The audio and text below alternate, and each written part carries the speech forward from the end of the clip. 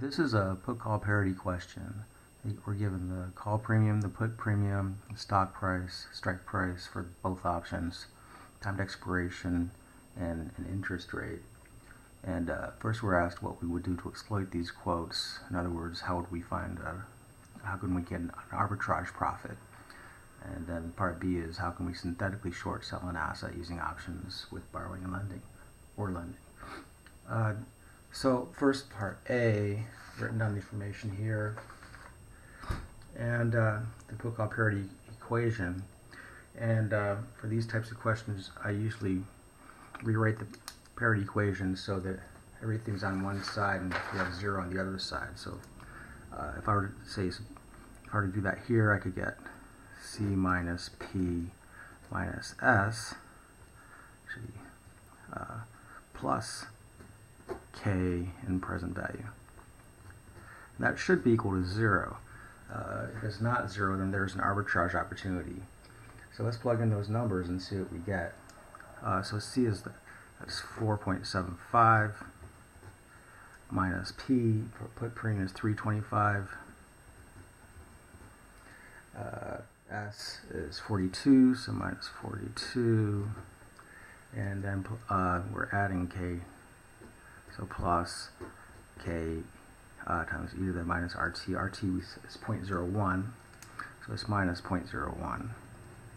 We calculate that out, and we end up with about 0.9, negative 0.9. That is, it's less than 0.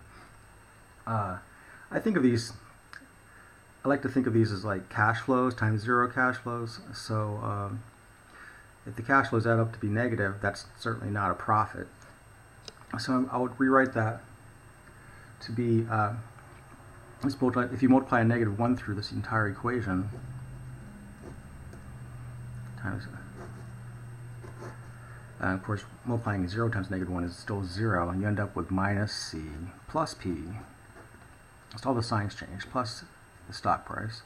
And I'm assuming, by the way, this is a stock that does not pay dividends, and then minus K e to the minus RT.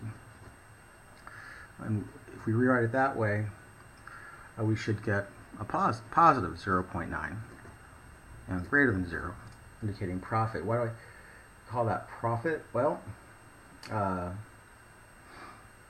again, think of each of these variables as cash flows. Now, when would we get a minus C? Well, if we were to buy the call option,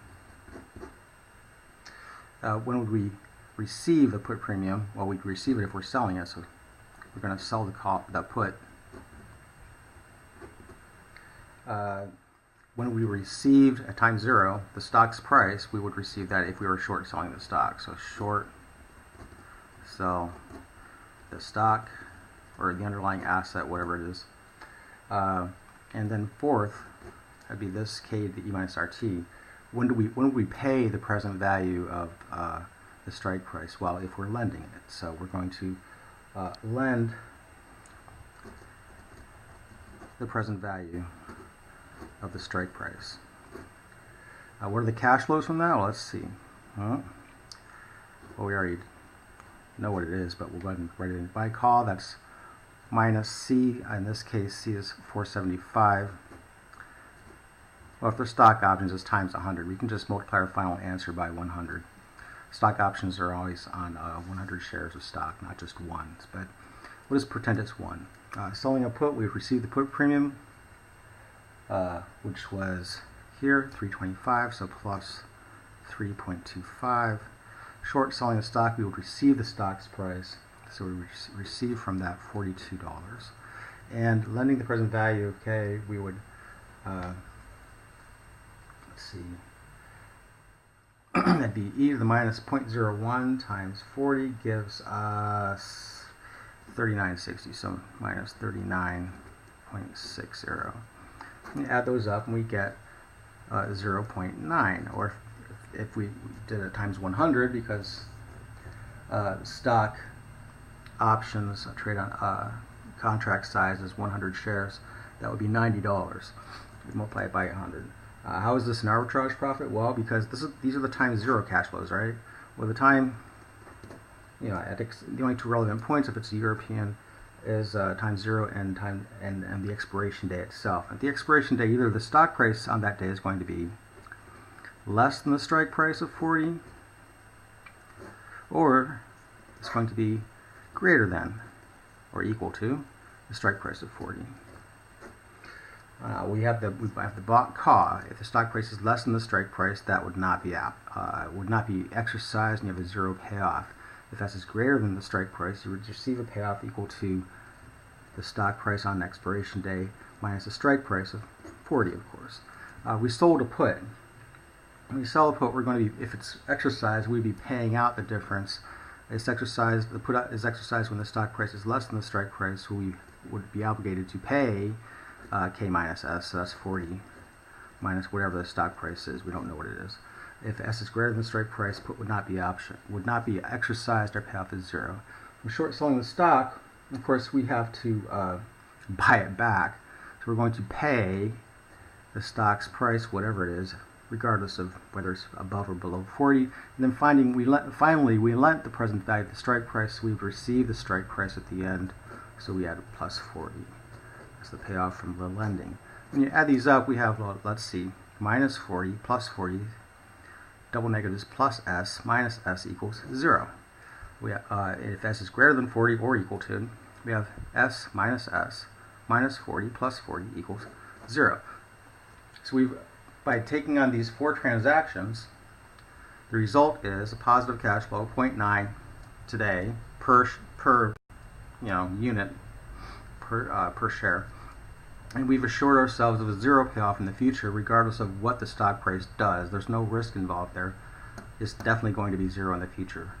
So this is arbitrage profit, 0.9, or if the contract size is 100, then that would be $90 profit. So that's part A. And now part B, it says, part B reads, how could you synthetically short sell an asset using those things? Well, again, starting with this equation here, starting with the put-call-parity equation here, I'm going to rearrange it so that we end up, well, if you short sell a stock, what would be your cash flow? It would be the current stock price. And if we rearrange that put-call-parity equation to put S on one side and everything else on the other side, just add S to both sides of this equation.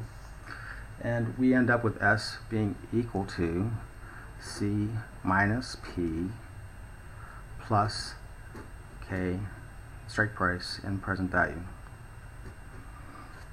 Okay, so instead of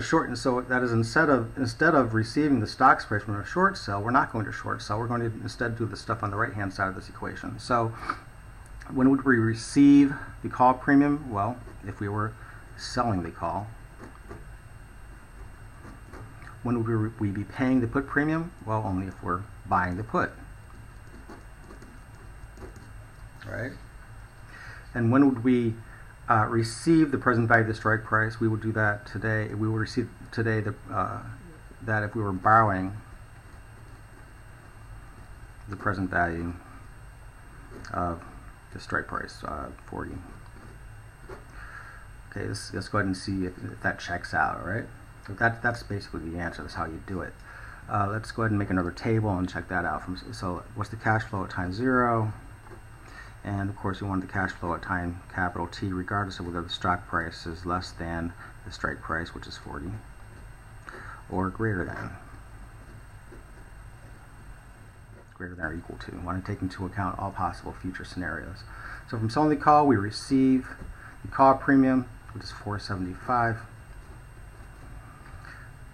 From buying the put, we pay the put premium, which was $3.25, so minus $3.25. From borrowing the present value of 40, we would receive $39.60. Add these up, and we get a positive number, $41.10. All right, that's our time 0 cash flow. Not in the future, when we sold this call, if the stock price ends up below the strike price, it does not is not exercised and so has zero payoff for both counterparties. And if it is exercised, then we would owe, and when we sell an option, it's a potential obligation in the future. We can only have negative payoffs in the future from selling an option.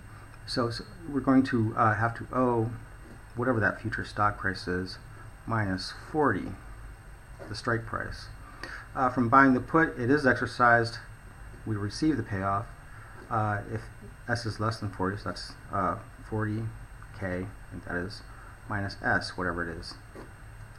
S is unknown.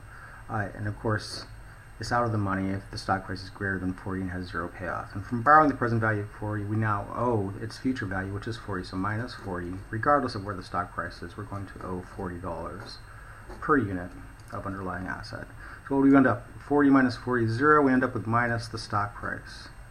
And over here we have minus the stock price plus 40 minus 40 equals minus the stock price. And you can see that we receive money today and we're going to owe the future stock price. So the payoffs are the cash flows are exactly as like they would be if I had short sold the stock, except that here I'm only receiving $41.10. If I short sold the stock, I would have gotten $42. So actually in this case you're better off with a short sale, with an outright short sale of the stock, rather than doing it synthetically. This would be a synthetic short sale, and because put-call-parity is not holding, because it's not equal to 0, that's why the discrepancy. That's why one is better than the other. If put-call-parity were holding, then this would be exactly equal to the stock price down here, not 41.10 but 42. The 90-cent difference is of course the same 90 cents that we saw before.